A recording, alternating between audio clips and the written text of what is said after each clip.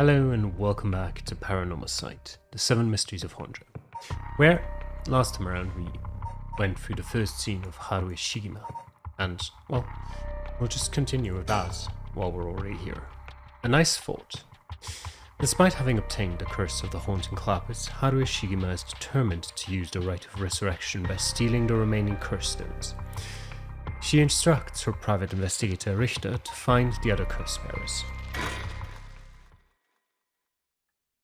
Haruhi Shigima, 1 a.m. Shigima Mansion Reception Room.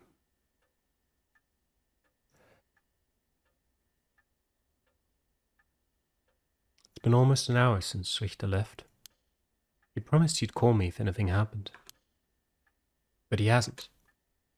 So all I can do is wait. And wait. Should I put a record on? No, it's too late for that. I'm not in the mood for music anyway. The flowers put me at ease, just a little. That old hanging scroll, I've seen it too often to feel anything from it now. What is that? What's this? A newspaper? It must have fallen off the chair. It's a newspaper. I only leave them in here for the guests. I hardly ever read them myself. I don't think I've taken the time to go over one in years, in fact. Well, it's not like I have anything better to do. The society articles. It looks like the city's biggest problem right now is pollution. I remember how the air and water used to be even more polluted. The river was covered in scum from all the sewage and industrial waste, and it stank so badly it would make my eyes water. Eventually, people started getting sick, and it couldn't be ignored anymore.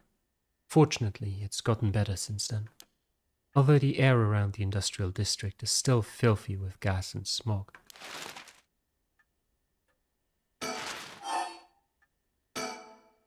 All sorts of articles about the current state of the economy. Now that the post-war boom has passed its peak, we're moving into the era of large corporations. It's about 220 to 230 yen to the dollar. Manufacturing is on the rise and exports are healthy. The dollar is down from its height and people are saying it could fall further. There's no denying how much the standard of living has improved in the past few years. It's common to own a car and television now, and supermarkets are better stocked than ever.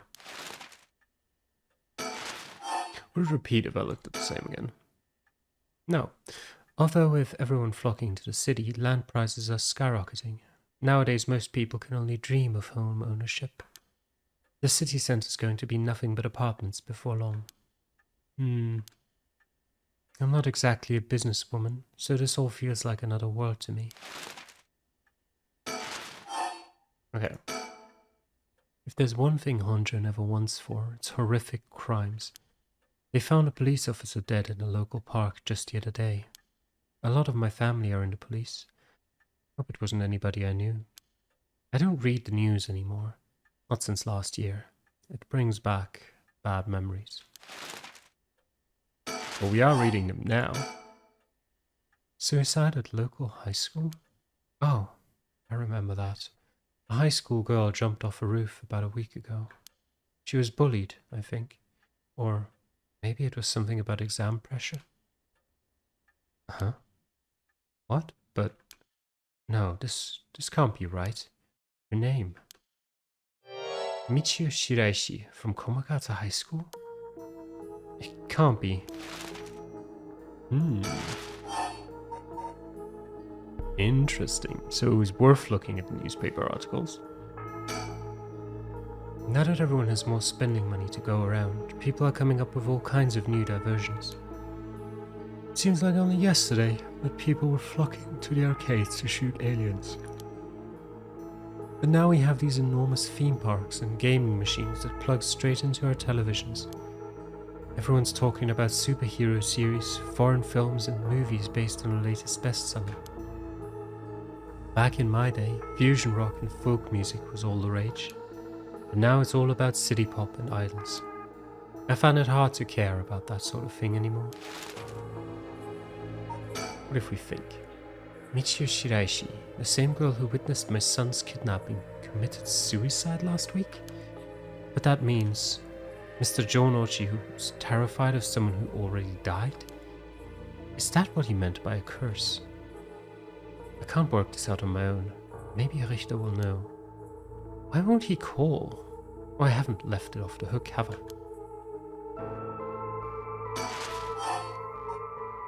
Is there gonna be something else interesting? Oh, continue. I hear the new big thing is some mascot line of delinquent birds. Mockingbirds, I think it's called. Was that what Richter was talking about? Trends seem to have such short shelf lives now, with how quickly the times are changing. I think I'm just too old to keep up anymore. It's young people who are leading the way with their modern worldviews. My generation will only fall further behind. Everyone attends high school now, even girls. Universal education policy, they call it. The country's gotten rich enough that every child can go to school. Education is the backbone of modern society. If you want to work for a good company, you have to get into a good university. With more people in the running than ever, the competition to get into those universities has gotten fierce though. The new generation is rebelling. Schoolyard violence and delinquency are on the rise. But my boy was too sensible to get mixed up in any of that. I don't want to read anymore. It'll only remind me of him. I will continue to read the television articles. I don't really watch much television. It feels as if all the information in the world gets passed through that little black box. But father stopped them from reporting on the kidnapping back when it happened. I was glad about that. Less fuss.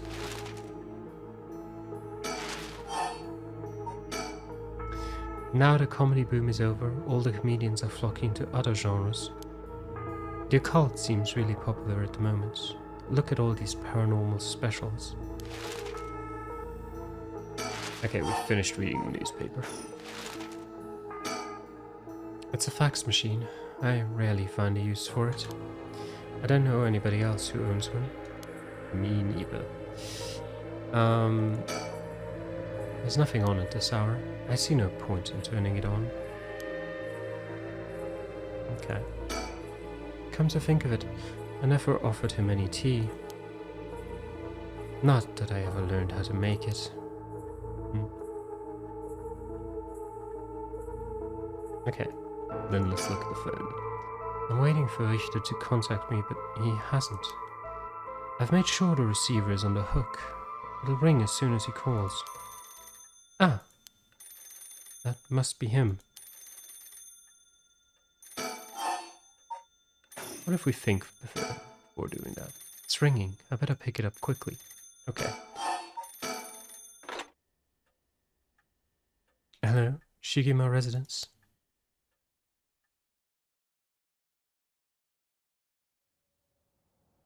(2 a.m.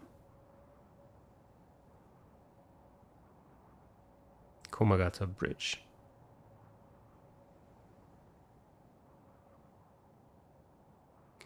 Richter called me out to meet him, and we came here to Komagata Bridge. Richter, there's something I need to tell you. Funny, I was just thinking the same thing. It's a nice view. The Sumida River. The water is filthy and horrid, but at night, when it's still, it looks almost peaceful.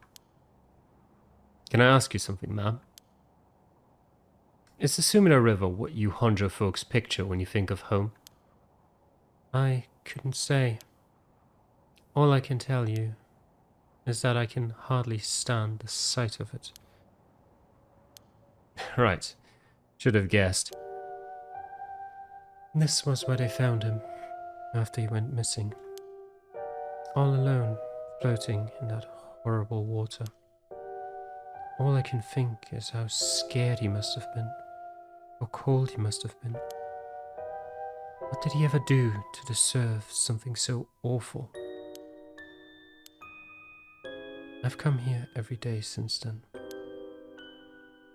And I prayed to the river to give him back. To give me back my son.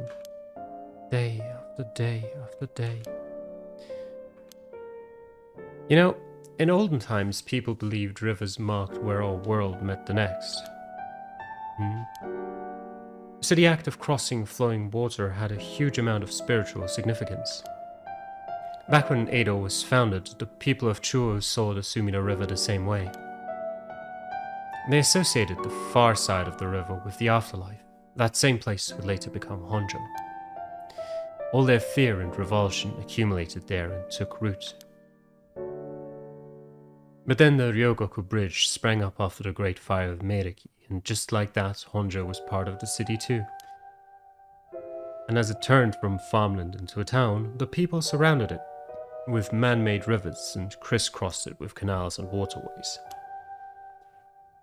Weren't those to prevent flooding? That's what I was told. They were, but that's not all they were for. Their other purpose was to contain all the corruption that had built up on the far shore, and stop it leaking through to our side of the Great Divide.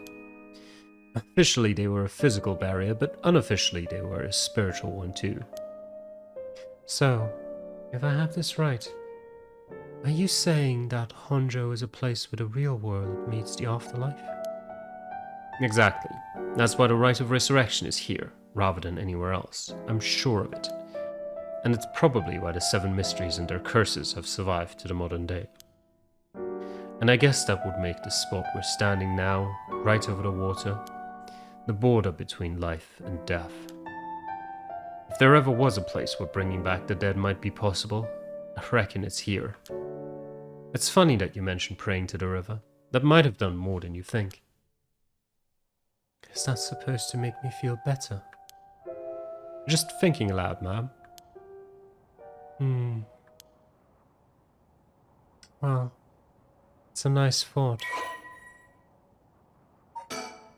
Sumida River. A Class A river that is part of the Arakawa River system, which runs through much of eastern Tokyo and empties into Tokyo Bay. During the Edo period, Sumida's riverbanks played a key role in the transportation of lumber used for construction. In addition to its logistical importance, it was also a place for the common folk to gather and enjoy activities such as seasonal flower viewing or river bathing, and there exist many woodblock prints depicting such activities. The area became plagued with sewage issues when the surrounding environs were industrialized in the post-war period, but the situation has improved since. Many unique bridges span the Sumida River, including the Ryogoku and Azumabashi bridges, which attract a large number of visitors as sightseeing spots. Massive fireworks displays in the summer are also sure to draw a crowd. The river has served as a cornerstone for both the city and its people, having both aided in its development and serving as an inspiring backdrop for countless works of art and literature.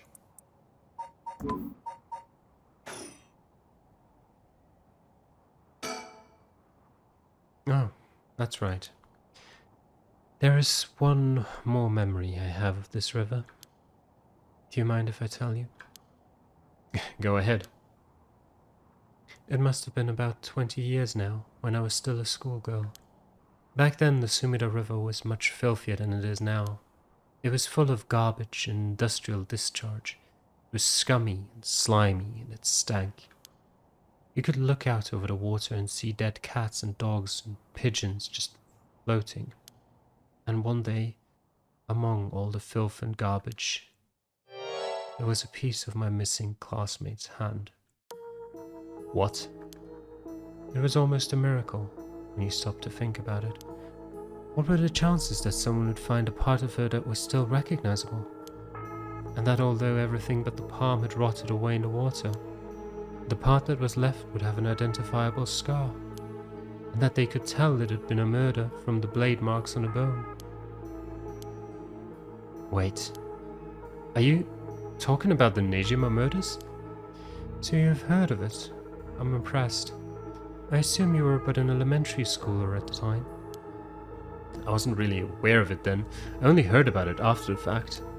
I had no idea the victim was a classmate of yours. the Nejima murders, a notorious case from over 2 decades ago involving the murder of a female high school student. It first came to the attention of the authorities when part of a human left hand was discovered floating in the Sumida River. Testing revealed it to belong to a missing female high school student. As it appeared to have been severed deliberately, the police launched a murder investigation. A large-scale search of the river was organized, but the highly polluted state of the water made this impossible. Visibility was poor, the stench was intense, and the divers quickly fell ill. They succeeded in recovering only the victim's head and what appeared to be part of her leg before the search was called off. At the time of the incident, the Sumida River was as polluted as it had ever been. Neither fish nor shellfish could survive in it, eventually causing the annual fireworks festival to be called off indefinitely. Over the course of the search, the police discovered a number of unidentified human bones. This caused a stir among the public, as several other young women had gone missing in recent years in the Tokyo area, and it was feared that they may have fallen victim to the same fate. Forensic technologies at the time, however, were not advanced enough to determine the identities of the deceased, and so the police were unable to open any inquiries. Due to the overwhelming lack of circumstantial evidence, the investigation ground to a halt until a hitherto unrelated individual came to its attention. During a questioning about a separate incident, Fumichika Nejima, a 36-year-old shop owner with no relation to the victim, divulged details about her that had never been released to the general public. An investigation into his background was conducted, leading to his arrest. Nejima testified that he had snatched his victim from the street and confined her in the underground storeroom of his shop, which also served as his living quarters. He chose her for no special reason, but simply decided she was an opportune target on seeing her walking alone at night. After keeping her locked up for several days, he restrained her, sewed her mouth shut, and severed her fingers and toes with a box cutter while she was still conscious. As she screamed silently behind her sealed lips, he proceeded to her wrists, her ankles, her elbows, her knees, working his way inwards slowly and methodically. His victim constantly wavered in and out of consciousness. Her ordeal continued until she died of blood loss. Nejima dismembered the rest of her body and disposed of it behind his home in the Sumida River, before cleaning his storeroom and returning to his everyday routine as if nothing had happened. The brutality of his actions shocked the nation when they were eventually reported. Once apprehended, Nejima readily divulged the details of the murder, but was less willing to explain his motive. When asked, he would only break down in tears, saying, "I don't know what came over me. I know it was wrong." In the end, the police could extract nothing more from him than expressions of remorse, although the efficiency of his methods strongly suggested that he had committed similar crimes in the past. No corroborating evidence ever came to light. Nejima was sentenced to life in prison at his first hearing. The sentence was imposed with no appeal from the defendant.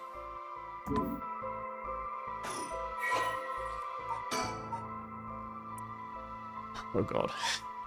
Michika Nejima, the man who made headlines over 2 decades ago as the perpetrator of the brutal killings known as the Nejima murders.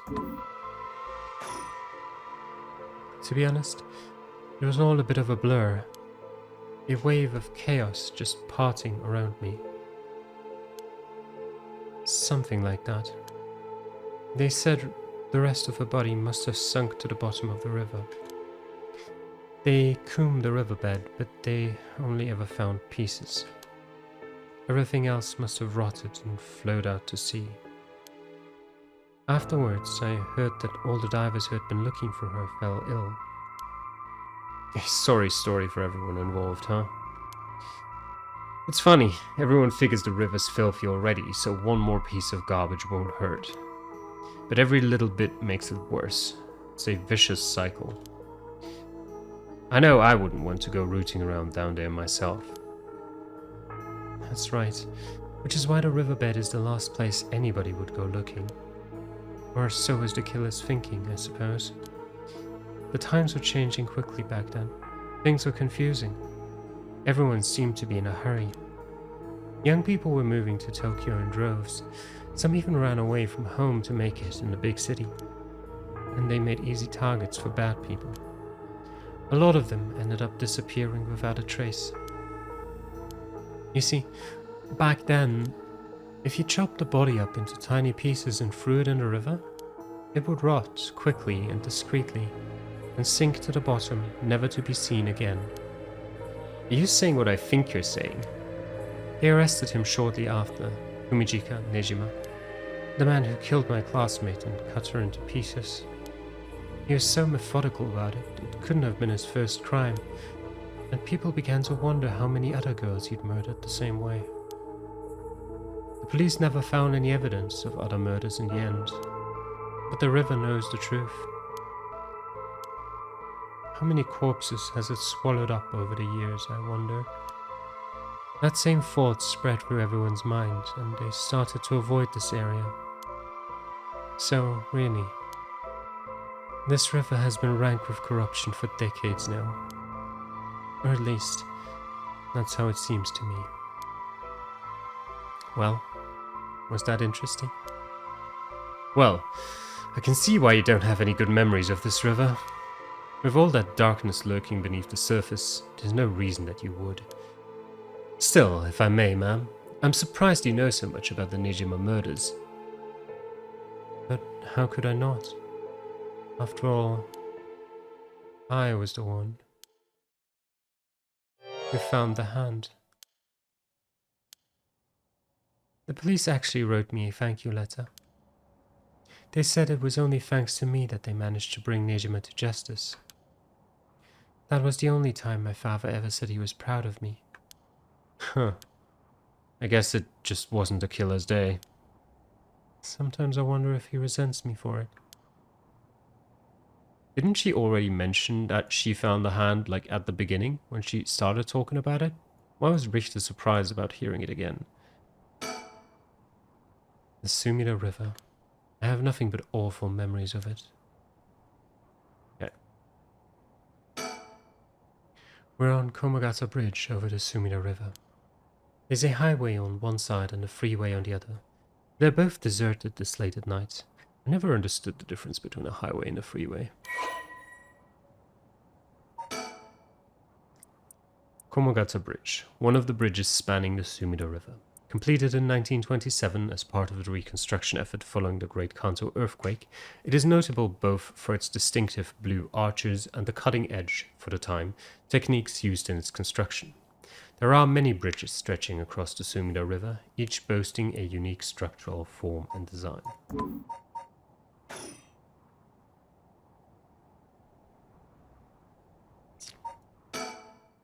Standing around is the last thing I want to be doing right now. This is my only chance to bring back my son. I can't afford to fritter it away. He's gazing down at the water. You go first. Please, go ahead. Alright then. I've been poking around places connected to the 7 mysteries, looking for curse bearers. And I think I found a few candidates. First, a tall man I ran into in Kinshibori Park. I asked him for directions, trying to probe him a little, but he turned the questions right back around on me. And he was out of there the second he figured I wasn't what he was looking for. I got the sense curses were nothing new to him. I'm about 40% sure he's a curse bearer. Then there's this middle-aged guy I saw on South Varigesui Street. There's no question about this one. He had one of the curse stones in his hand. He had a nervous air about him too. It was clear he was up to some shady business. Gathering soul dregs, I'd bet. He'd make a good target.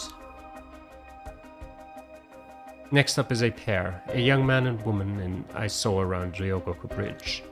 This time the man came up to me and asked me flat out if I was a curse bearer. I told him I didn't know what he was talking about, and he backpedaled and left. Looks like they lurk around there often. Looking for kindred spirits would be my guess. Though it didn't seem like they were quite working as a pair. Gathering soul dregs in a group might be a decent idea if you could make it work. But with things being how they are, it's got to be hard to find folks one can trust. They've got brass though. I don't know what their deal is, but I'd like to find out. Last is 2 detectives I've seen sniffing around. The police are involved? Not necessarily. A body turned up in a local park a few days ago, so they might just be looking into that. Still, the park's got ties to one of the 7 mysteries. Might be it was a curse that did the guy in. And if they're sending in detectives from the head office, then something's got to be up too. How do you know where they're from? Let's just say that when you're in this business, there are some faces you get to know. Anyway, that's everyone who's caught my eye. You found all of them in so little time. I really did hire the best. It's all in the name, ma'am. Richter Kai, private investigator. No, wait. Make that Richter Kai investigator extraordinaire. Aye, an investigator extraordinaire. Is that why you can dress like that without drawing attention to yourself? You bet. Investigator extraordinaire can blend in like a chameleon in any outfits. Well, that aside, the middle-aged man and the young couple sound the most promising, am I right? Whichever we pick, it's still too early to make a move. It seems like the curse bearers are less involved with each other than we thought. Plus, there are still others we don't know about. I say we hang fire and see how things play out. Did you say fire? Once more bodies start showing up, that'll get the pot nice and hot. And once it's boiling, our chance will come. There's something I need to tell you. What's up? Well, that girl, Michio Shiraishi. The one who was with Shuichi on the day of the kidnapping? That's her. Well, she's dead. She's what? The student who committed suicide last week. That was her. I heard something like that had happened. Never got the name though. Talk about bad luck. We finally get a lead, only to find it's turned into a literal dead end. Unless her death was the whole reason Jonochi was so shaken up. He said she was going to curse him. Was he talking about her taking revenge from beyond the grave? It seems like we're back where we started. Not necessarily. That teacher knows something, I'm sure of it. At the very least, I'd put money on him having something to do with Miss Shiraishi's death. That's why he's so scared of being cursed by her. I see. And also, something tells me he knows more about your son's kidnapping. In any case, I think I've got a good idea of what he's hiding. Call it a hunch. A hunch? Well, more of a theory. Care to take a guess? I can guess. I can't say for certain, but...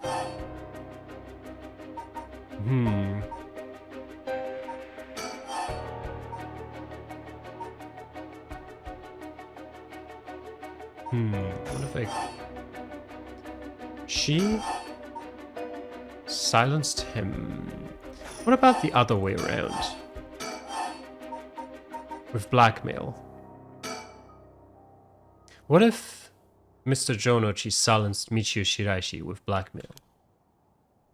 What do you think? Exactly my thinking. Let's go. Jonochi knew about Miss Shiraishi's connection to the kidnapping, and he used that to blackmail her into doing his bidding. He made her feel so trapped she took her own life to escape. That's my read on it. How despicable. Well, it's just a theory. Right now, I think we need to have another chat with Mr. Jonochi. I think I agree. Is something wrong? Not really. It just struck me. It's been 20 years since the Nejima murders. So it has. Not to spook you or anything, but I thought you might be interested in knowing. Life in prison doesn't always mean life. There's precedent for first-time offenders being allowed out on parole after 20 years. Only if they're found to show remorse and the desire to reform themselves, of course. That's right. I'm impressed you know so much. Still, it's hard for someone with a criminal record to reintegrate into society. I hear they've been trying to fix that recently, matching inmates with jobs and accommodation. Oh, really? They keep an eye on them, of course, and make them report in for regular checkups. But to avoid discrimination, they keep the inmates' records as secret from everyone but their employers. They even give particularly notorious criminals new identities so they won't be recognized in the workplace. Aye. The way you put it. It's like you're saying Fumichika Nejima could be out on parole right now, back in society under a new name with nobody any the wiser. It's possible. As it happens, a little birdie told me about a big name making parole a few months back. I don't know if that was Nejima, but our discussion just now did bring it to mind. I see. How unsettling. Now that you mention it, I just remembered something too. What was it? I was passing Komagata High School a little while ago when I saw someone.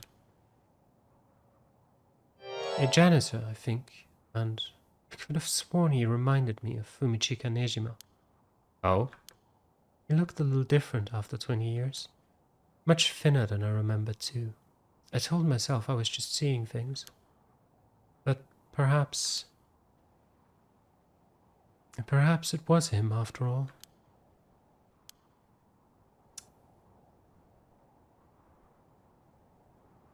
So, what next? The big question now is what the rest of the curse bearers are up to.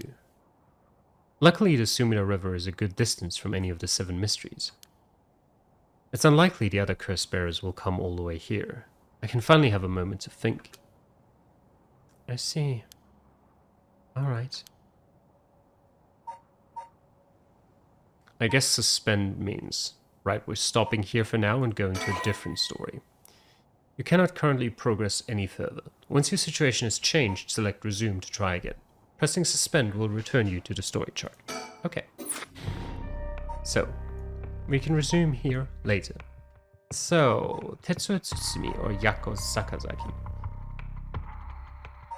I am kind of interested because she is a schoolgirl. We just, had that topic come up in multiple ways. Let's continue with her. Yako Sakazaki searches for the rite of resurrection, hoping to revive her friend who jumped to her death. To get the information she needs, she meets with her classmate Mio Kurosuzu in their classroom at midnight to attempt using a spirit board. So she is friends with Michio. 12 a.m. Midnight. Komagata High School.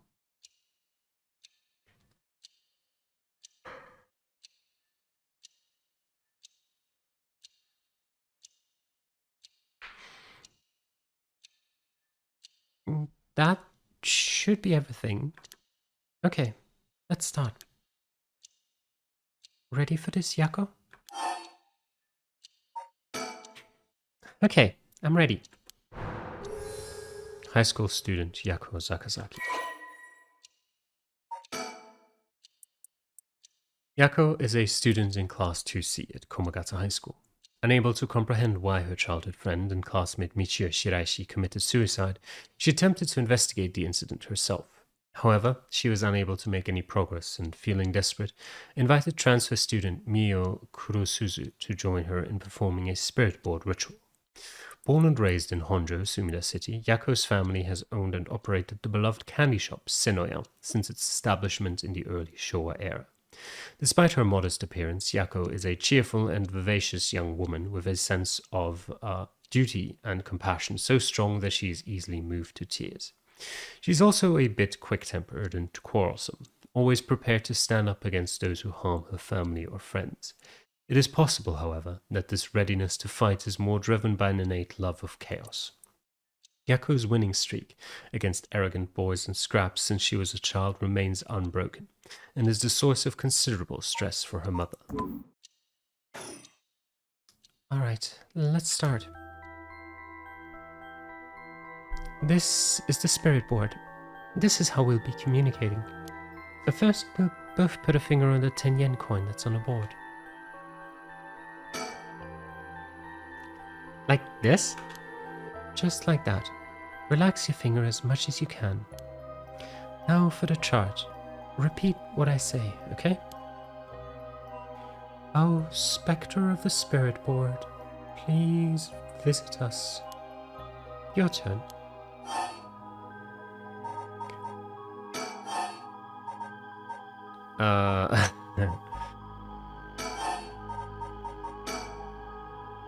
Spectre of the Spirit Board. Spectre of the Spirit Board, please visit us. Good. Please tell us if you are there.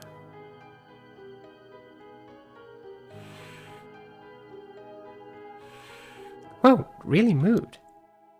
Looks like we succeeded in the summoning. We can ask questions now. Right, questions. Start with a question you know the answer to and see the response. Then, when you know your questions are being answered truthfully, you ask what you really want to know. Okay, I'll start with something simple.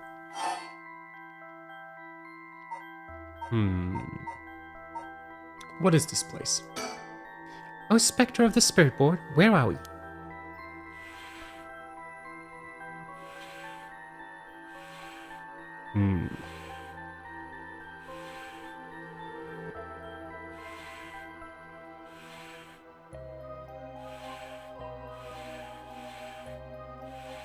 High school. High school, that's right. The answers don't seem to be very precise. Is it really you? Oh, Spectre of the Spirit Board. Are you truly the Spectre of the Spirit Board? Huh? It said no. Is it lying? Not quite. The Spectre of the Spirit Board is just a temporary name we call them when using the board.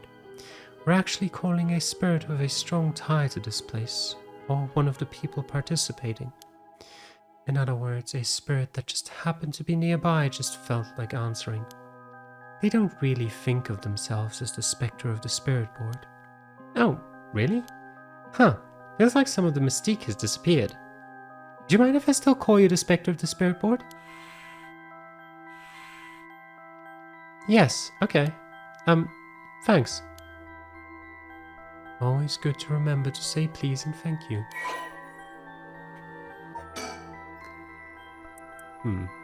But she asked if he minds, and he said yes, he minds. So isn't that... whatever.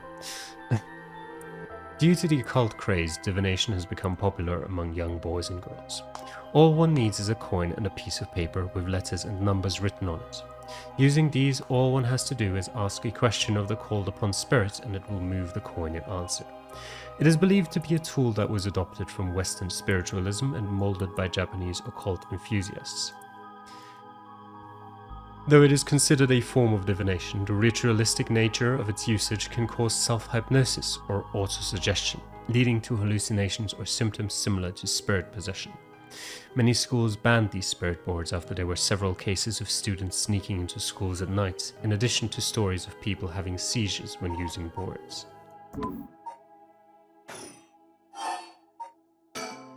Fine. What is the name of the girl across from me?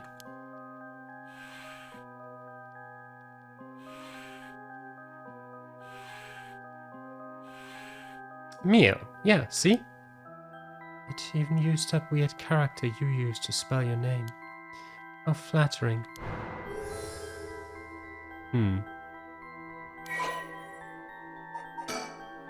Mio Kurosuzu. Mio transferred to Class 2C at Komagata High School about 2 months ago. Although she is an extremely mild-mannered young woman, she exudes a somewhat off-putting dark aura, which makes it difficult for her to form friendships. Mio has, however, found a friend in her classmate, Yako Sakazaki, and has begun opening up to her little by little. The truth of the matter is that Mio is the apprentice of a famous psychic. Possessing exceptional spirit sense, she takes on the troublesome task of surreptitiously handling spiritual disturbances that break out in schools across Tokyo before they become a problem. She transfers schools frequently as a result and thus has trouble making human friends. Mio has already solved an incident at Komagata High School involving a female student possessed by a spirit. Although she takes effort to hide her spirit sense, many develop an impression that Mio has a deep knowledge of the occult and the paranormal upon first meeting her, leading her to be anxious that her secrets have been exposed. The most common comment she receives is that she seems to get along well with crows and black cats. I bet. Even the teachers get it wrong all the time.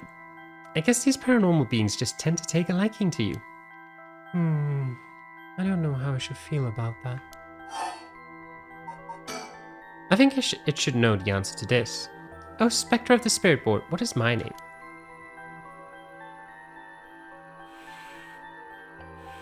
Huh? What's the matter? Oh, strange. Huh? It told me no? Huh. I bet it means it doesn't know. It may be the Spectre of the Spirit Board, but it doesn't know everything. Really? But it knew your name, Mio. Is this spirit really the real deal? It's fine. I feel like it's giving me attitude. I'll ask it again. What is my name? Didn't even hesitate this time. Tch. Alright, it's time to try asking serious questions. Yeah. Who does Mio have a crush on? Oh, Spectre of the Spirit Board, what is the name of the boy Mio has a crush on? Hey, you're going to ask that kind of question? Doesn't everyone ask this kind of stuff with spirit boards? Besides, I'm curious. No, let's not do this. Huh, it said no. Guess that must mean you don't have a crush on anyone. Well, not on a boy at least. Yeah, that's it. No is correct. Let's move on. Ah, or maybe... Oh, Spectre of the Spirit Board. Do you mean the boy isn't in our class? Ah, okay. Wow. Hey, stop that. Don't make me exercise you. If that's the case, then... Oh, Spectre of the Spirit Board, is it a teacher at our school? Oh, no good, huh? I think that is very good, personally. Yako, get out already. We made the effort to sneak in at night. We shouldn't waste time with these questions. I've got a point. Okay, here we go. I'll be serious now. Yes, please. Oh, Spectre of the Spirit Board. Did Michio Shiraishi in our class? He died by committing suicide by jumping 1 week ago. Really commit suicide?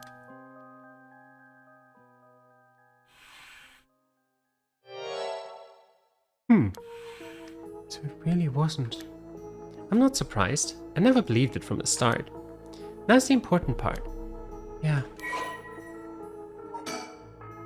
Michio Shiraishi. Michio was a second-year student at Komagata High School.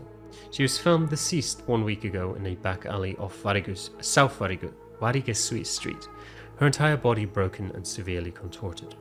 Police determined that Michio committed suicide by jumping from a nearby apartment building. As there was no suicide note, the police based their conclusion on interviews with Michio's peers. Michio was an honor student with a good head on her shoulders and consistently excellent grades, making her a favorite among the teachers. Although she appeared somewhat reserved, she had a positive outlook on life and a courageous spirit. Michio and Yako formed a long-lasting friendship during childhood, with Yako's unbending, uncompromising attitude deeply influencing Michio. However, beneath her strong exterior, Michio had been pushing herself too hard and keeping her emotions bottled up to the point that they risked overflowing. Following her father's death 3 years ago and moving to a new house, Michio began avoiding Yako.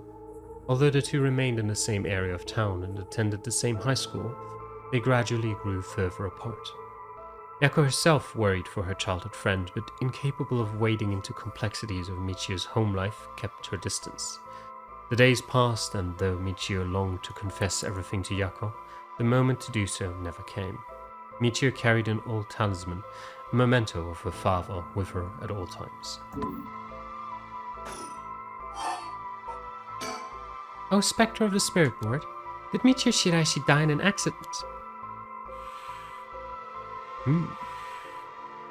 It said yes. So it was an accident and not a suicide, and not a murder, more importantly. Michio. Then, did she slip and fall from that apartment building?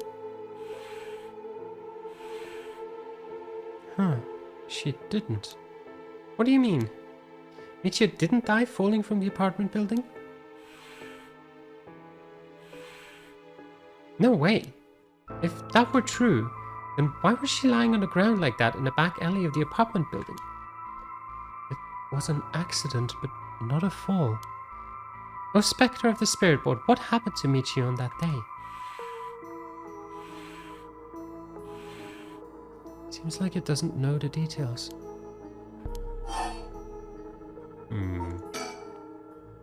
Then how about, oh, Spectre of the Spirit Board, we want to use that rite of resurrection to bring Michio back to life.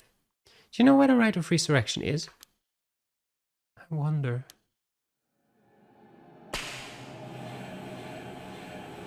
Huh? Ah! What is this? Stop! I'm scared. Mio! Calm down. You can't let go before it's over. Ugh. Such deep sorrow. A resentful memory is flowing into my mind. Oh, that's... okay. That's her. Then that definitely wasn't the right person. Kill them. Kill them. Those who hear this sound. Kill them all. You've acquired the power of the Curse Stone, the Fool's Procession. You can use it to kill those who hear the sound produced by the curse echo for more than 30 seconds. The effect will be negated if you are seen at that time. Press the Use Curse button to produce the sound.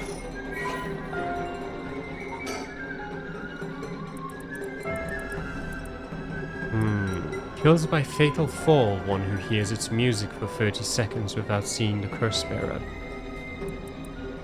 A resentful memory. Omia stood atop the tall festival tower. It was her time to shine, and she was ecstatic. It had been years since she joined the troupe, but she had yet to enjoy her day in the spotlight. She wasn't particularly pretty, nor was she all that talented. As a gossip and a loudmouth, she wasn't well liked by her peers. Some of the other girls thought of her as a teacher's pet and bullied her. I don't care about them, she thought. I'll use this chance to make something of myself. Everything was perfect.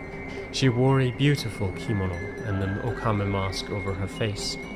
The stage was set. The accompaniment began. She danced with everything she had. Applause rained down upon her from the crowd. Her breathing hastened with excitement. I've got to catch my breath. That's strange. I can't take my mask off. The smell of glue assaulted her nostrils. So that's how it is. I knew it was too good to be true. Her screams were drowned out by the music as she squirmed and struggled. Omio is giving it her all today. We have to keep up. The crowd livened even more. No, please, someone help me. She fell from the tower, writhing in pain as she begged those around her for help. The music stopped in time with Omio's heart. A murderous impulse seeps into my soul like thick black tar. Now, kill. Can you hear it, Cursebearer? You who strongly desires the right. Kill them.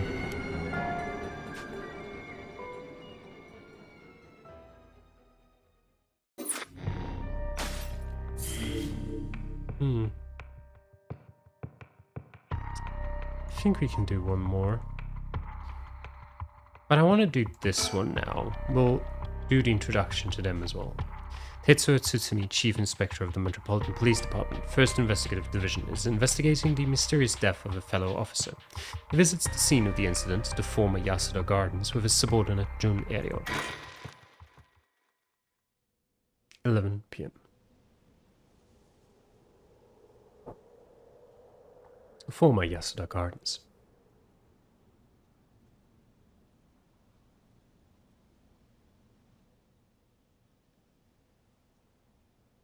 Hey, boss, forensics is all done. The crime scene is clean.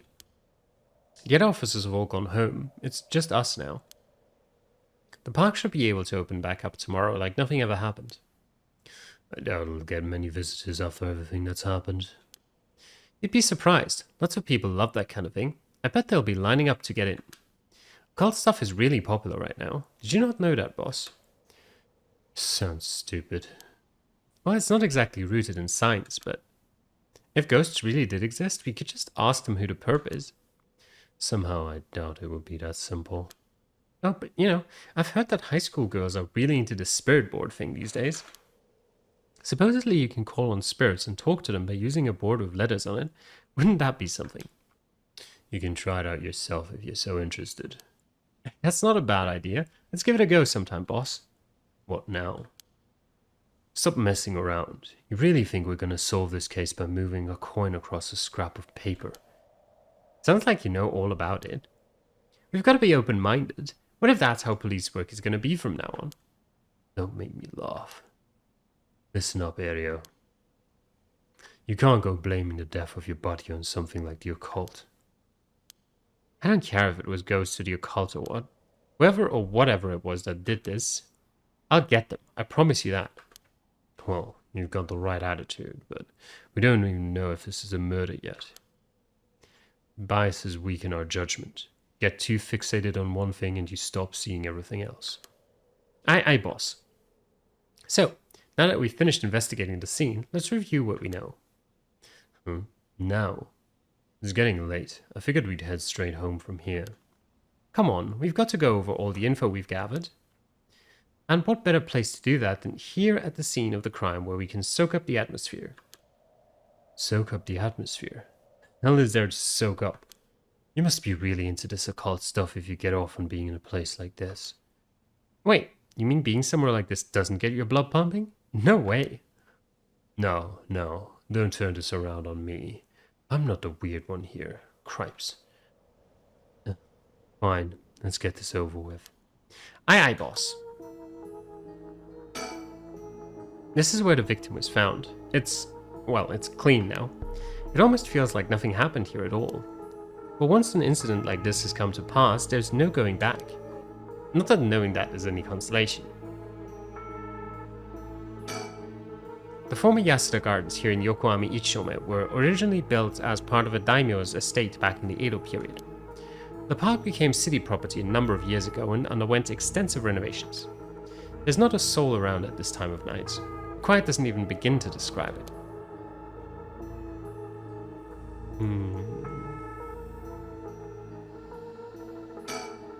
This pond, they say it used to flow into the Sumida River, but the river became so polluted that they cut it off.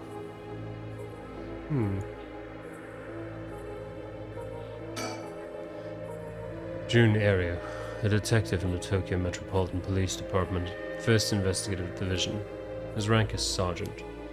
This is his first time leading the case. It's like he's graduated from rookie to newbie. He looks put together on the outside, but acts like a kid most of the time. Honestly, the force could use more people like him. I've got a bad feeling about this case, and my gut is rarely wrong. I knew this would be a treacherous case from the moment we were dragged into it. But either way, I'm so glad you're back in the 1st Division, boss. I've always admired your work. You are like a god to me. You are the whole reason I became a detective in the first place. Oh, yeah, about that. People have been saying that ever since you first entered the academy, but... Yes, that's because it's true. I couldn't believe you got transferred out of the 1st just as I was assigned to it. So getting to work a case like this now, just the two of us, is a dream come true. Happy as I am to hear that, well, how should I put it? What is it? If that's true, I'm not sure you've been showing me the appropriate amount of respect. Huh? But I do respect you. Don't tell me you're going senile, boss. That's exactly what I'm talking about, when you run your mouth like that. It's getting late. You must be sleepy. Don't worry, boss. I'll make sure we get out of here soon. Yeah, I get it. I've been wowed by your shrewd detecting abilities all day today. Oh, really? Funny. I've been wowed by you too. I'm guessing you didn't mean that in a positive way. I've been wowed by your... Oh. Okay. I don't know why it's not checkmarked, but sure. So, early in the morning yesterday, a staff member found the victim collapsed here in the park and called the police when they realized he was dead. While there were no obvious external wounds, the fact that he was a police officer, and the evidence of a struggle means it's likely that this was a murder. The Sumida office sent it over to us since it involved the death of an officer, and we were tasked with the investigation. What we need to do is figure out what happened and whether there was foul play involved. I think that about sums things up. But, boss? Yeah? Is this case really important enough to assign to someone from the investigation division? I mean, a friend of mine died, so it's important to me, but it's all up to the higher-ups. I'm sure they've got their reasons. Boss, you know something, don't you? It'll all become clear in time. Try not to worry about it too much. Thinking about it, the only thing we know for sure is the identity of the victim. That means there must have been something special about him, right? Maybe he knew something he wasn't supposed to, some kind of secret or something. Isn't that right? You're pretty sharp sometimes, you know that. If you've picked up on that, you should be able to put the rest together yourself.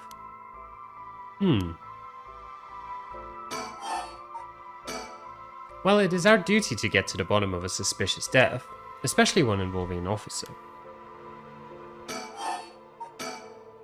The victim is Hajime Yoshimi, of the Juvenile Division of the Sumida City Community Safety Bureau, 27 years old, single.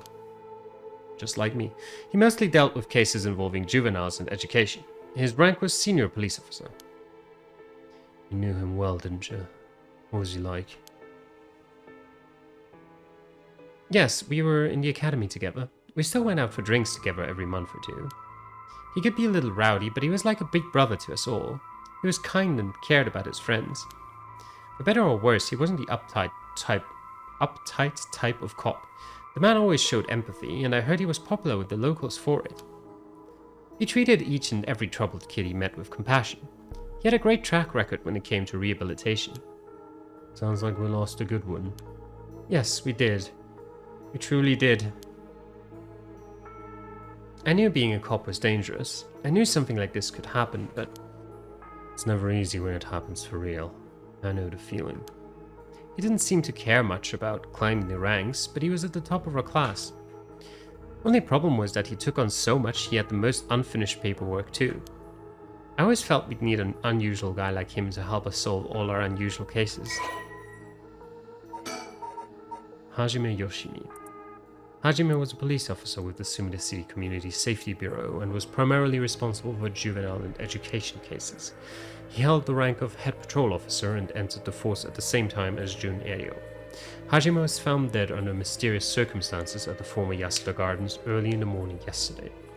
Once a rebellious gang member himself, Yoshimi turned his life around and used his own experiences to connect with troubled youth as a police officer. While his appearance and demeanor suggested a man who was rough around the edges, he was a passionate, loyal, and caring man at heart, looked up to as a big brother by his peers.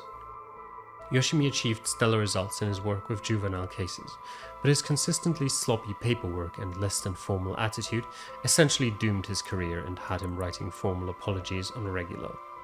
He left behind a fiancée whom he had been dating since high school. What was that about single earlier? No worry, you're plenty unusual yourself. Me? I was the most normal of my classmates. Besides, the real weirdo among us quit the academy a long time ago. There was one even weirder than you.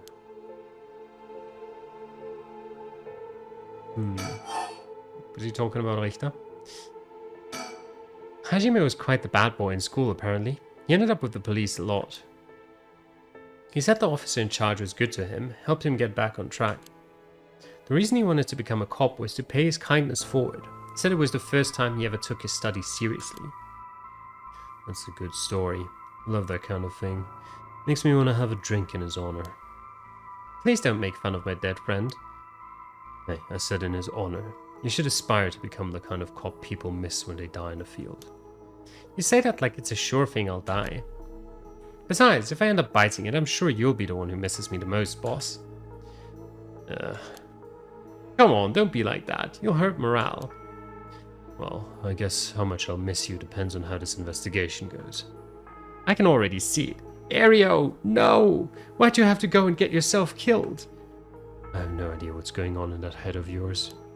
Yeah, that'll be a sight to see. I can't wait. You can't wait for your own death. Get it together, kid.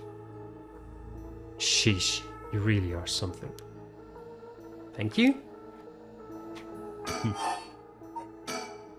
What about the victim's family? The Yoshimi family is from Kitasenju in Adachi City, but Hajime's parents died a long time ago. He lived there all alone, no siblings or anything. I went to his house a few times for drinks. I was surprised. It's this huge, old-looking place. Like, you know, the kind of place that seems super haunted. And he lived there alone. It looked like the home of an old noble family. It was hard to imagine him being such a delinquent living in a house like that. There's that bias I was talking about. If he's from an old family, I'm sure things are complicated. That's a bias too. We never talked about any of that, even when we were drunk, so I don't know much about it. Oh, one more thing. Yeah.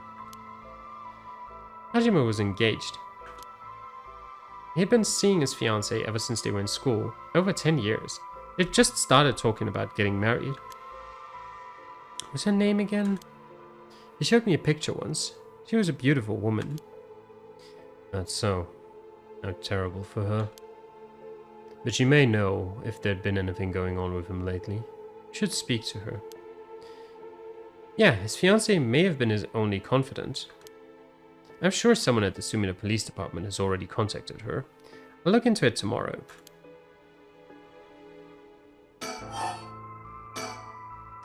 Hey boss. I looked into the case that Hajime was running. Oh, great. That's the kind of stuff I want to know. What was Hajime working on the day he died? Well, according to his report from the day before, he had 2 cases involving juveniles. Uh-huh.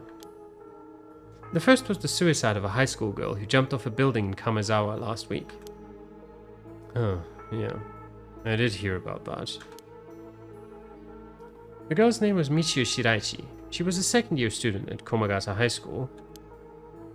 But it seems as though Hajime had contact with her even before this incident. So she'd been troubled for some time. That's the thing. About a month ago, he happened to see her walking around town. She looked upset, so he struck up a conversation with her. He was sure there was something bothering her, but she wouldn't tell him what. Must have been trouble at home. That's what he thought too. It seems he visited her home and spoke to her parents, but they said there was no problem, so there was nothing else he could do. And now she's dead. It's possible he could have prevented her suicide then. He must have been devastated. And that's why he was looking into this Michiyo Shiraishi again. He must have thought that something terrible had happened that drove her to end her life. But ultimately, he never reported the findings of investigation. I see. And you're thinking that it may have had something to do with his death. We'll have to find out what it is Hajime discovered. Right, let's check with the Sumida Police Department about that tomorrow too.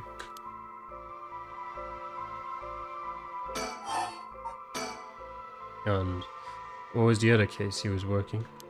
This one is also related to a Komagata High student. A troublemaker named Hitomi Okuda. She seems to be the leader of a group of kids who got up to no good. Juvenile delinquency. Fun. She was pretty bad for a while. Multiple charges of destruction of property, assault and battery, you name it. Hajime had been working with her for about 6 months, and she was finally starting to open up. Then he met with the girl the day he died. Well, every school's got its problems. But I'm sure he'd be worried about how she'd get on without him. Right, just when she'd finally found an adult she could trust. She might act out without someone to help her get through this. We'll have to make sure the Sumida Community Safety Bureau does their job. But... We can't rule out the possibility that meeting with this delinquent girl had something to do with his death. And we'll have to interview her too. Ah, yes, you're right. She may have been the last person to see him alive after all. I'll ask Sumida to introduce us tomorrow. Though, who knows if they'll actually let us talk with her. That's what we hired you for. Lay a little boyish charm on them if they need convincing. Ah, yeah, I'm sure they'd prefer me over a scary-looking old man like you, boss. Watch it. I'm still your superior. You ought to act like you respect me at least. Oh, I thought I was. You were? Shit, is that just how your generation speaks? You really are a new breed. It's probably just me, actually. Oh, well, don't think you can get away with that with other people. So anyways, boss. You even listening? We've got quite a bit to look into tomorrow. First, the 2 Komagata High School cases that Hajime was handling.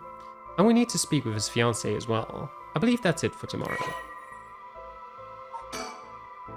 Notes on Hajime Yoshimi. Estimated time of death 2 days prior at approximately 11 a.m. Cause of death acute heart failure. Cause unknown. Signs of a struggle found at the scene.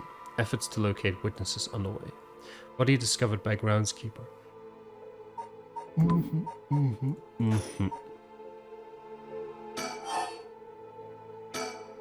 As for the cause of death, we won't know until the autopsy is done. From what we've seen though, it would appear to be some kind of acute heart failure. But since he had no record of chronic illness and he had no visible wounds, it's possible that poison or drugs could have been involved. Dying in the middle of the park like that, it certainly seems suspicious. We found signs of a struggle at the scene, as well as footprints belonging to an unidentified individual. We've got people trying to identify those prints. If we can find who they belong to, we might be able to figure this whole thing out. Yes, wouldn't that be nice if that were the end of it? The only things Hajime had on him were his badge and his wallet in his pockets. So we can rule out a mugging. Though there probably aren't many people who'd think to try mugging a cop as big as him. I've also heard that Hajime got into a fair few fights in his younger days. He started judo once he became an officer and rose up the ranks quickly. Sounds like the perp would have to have been pretty strong to take on Hajime.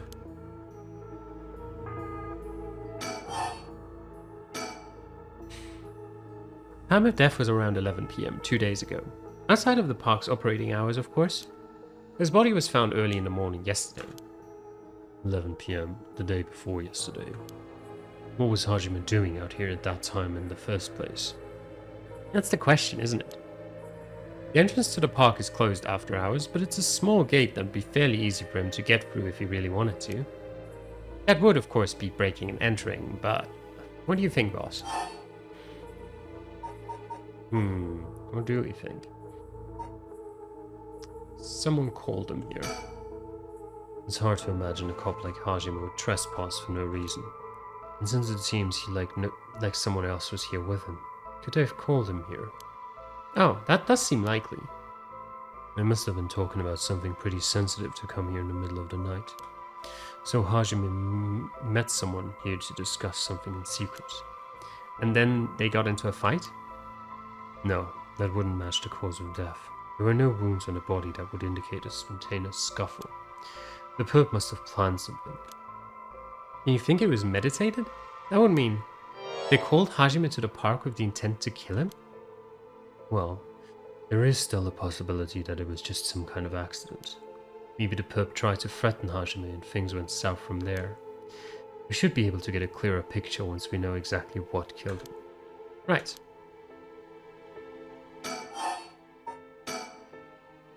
On the topic of family, what's yours like, boss? The hell is wrong with you? Prying into my personal life all of a sudden. It's just, I've never heard you talk about them or anything. Oh, are you single? Shut it, that's none of your business. Well, ever since I joined the force, I've been thinking. The department really pressures young officers to get married. I wonder why that is. You don't say anything like that, though. How should I know? I caved to the pressure myself and got married 20-some years ago. So then... God, you're relentless. She took her daughter and left 4 years ago. Thanks for reminding me. Oh, I'm sorry. I can't believe she'd give up a guy like you. I was never home much, too focused on work. I'd come home late only to get called right back out again. Plus, being a cop is dangerous work. I don't blame her for getting fed up with it all. How sad, especially when you're out here putting your life on the line. Oh, is that why you transferred out of the first? It's already too late by then. You better be careful, Ario. You say that, but there's not much I can do, is there? That's the nature of our job. There aren't many who can really understand it. Not unless they're involved with police work themselves, or related to someone who is. But wait, you have a daughter, boss? You really think I want to talk about her after all that? Some sense. Come on. I promise, I don't mean this the way it sounds, but how old is she? Jeez, you don't know when to quit, do you? At least try not to look so intrigued. She's a bit rough around the edges. I think most men are intimidated by her. Last I heard, she's living by herself and going to college. Wow, a college student? Men love an educated lady. Stop that. What kind of cop are you, making baseless assumptions like that? She's living on her own though, huh? You must worry about her. Worry? I don't even know where she lives. Oh, so she hasn't told you. Probably because she knows you'd follow her around everywhere. I would not. I don't think. Come on now, we both know that's not true. Listen here. You may look like a mean old man, but you sure have a soft side.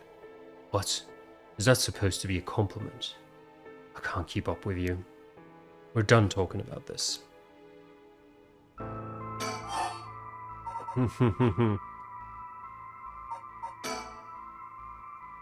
No, we're not. Well, that reminds me.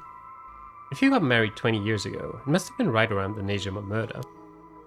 You know your history. Yeah, that happened a year or two after our wedding. You were the one who arrested the killer, weren't you? We studied that case at the academy. I was only in elementary school at the time, but I still remember people talking about some dangerous criminal getting arrested. All that was just cracking the case, finding the guy. It was all just happenstance. I'd really rather not think about it. It was a disturbing case. Did it not make your skin crawl when you learned about it at the academy? It did. We were all terrified. Sounds about right. No one could believe that such a mild-mannered man could have committed such a terrible murder. If we had overlooked one little thing, we may never have caught him at all. I think I remember hearing there was only one charge brought against him in the end. That's right. We didn't have the evidence. I knew there was no way such a meticulously planned crime could have been there first, but we may have stuck Fumichika Nejima in a cell, but it was no victory. He always had the upper hand.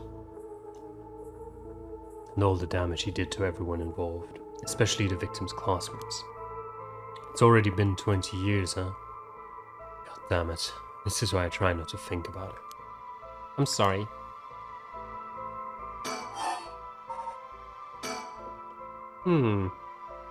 So all this occult stuff, have you heard about it, boss? What are you talking about? This rite of resurrection thing that everyone's talking about. No, not you too. I've been hearing about that shit everywhere. Oh, you have? That's surprising. Who cares what people are talking about? It's got nothing to do with our job. But don't you think the occult stuff with this case feels, I don't know, realist somehow? The whole thing started right here in Honjo in Sumida City, so I thought that maybe... Cut it out. Nothing good can come of getting involved with that rite of whatever or that record of fates. Sounds like you know all about it. Boss, are you secretly into the occult?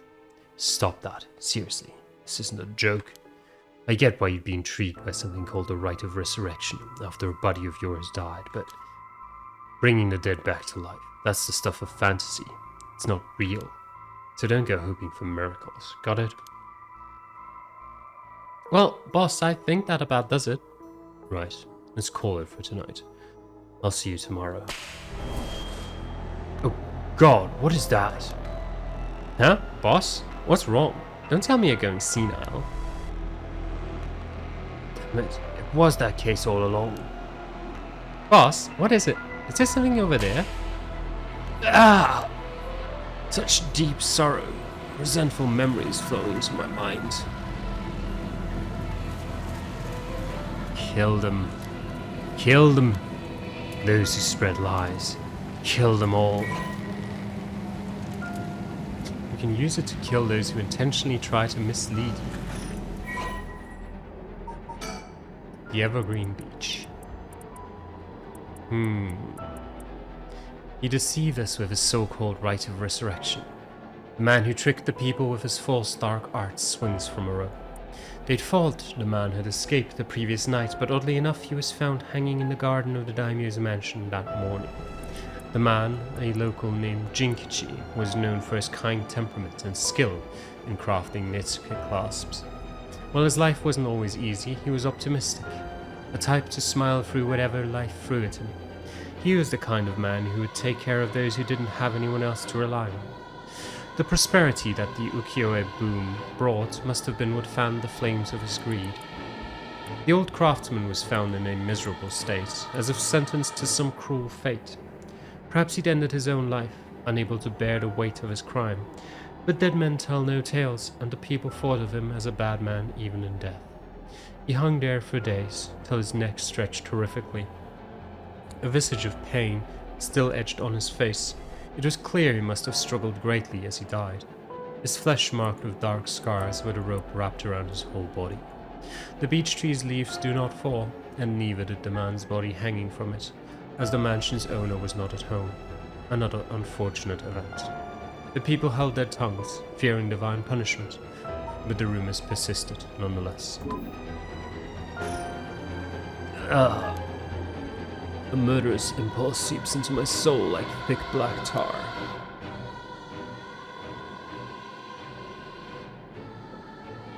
Now, kill. Can you hear it, Curse-bearer? You who so strongly desires a right. Kill them.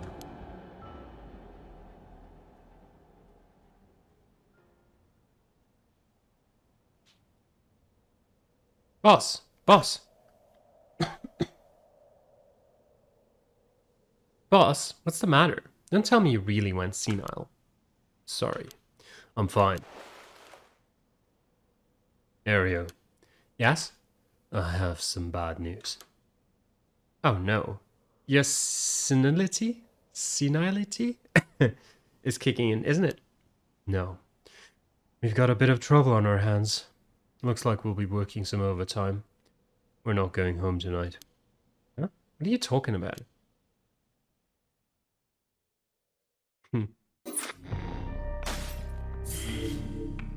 And that is where we'll end today's episode of Paranormasight.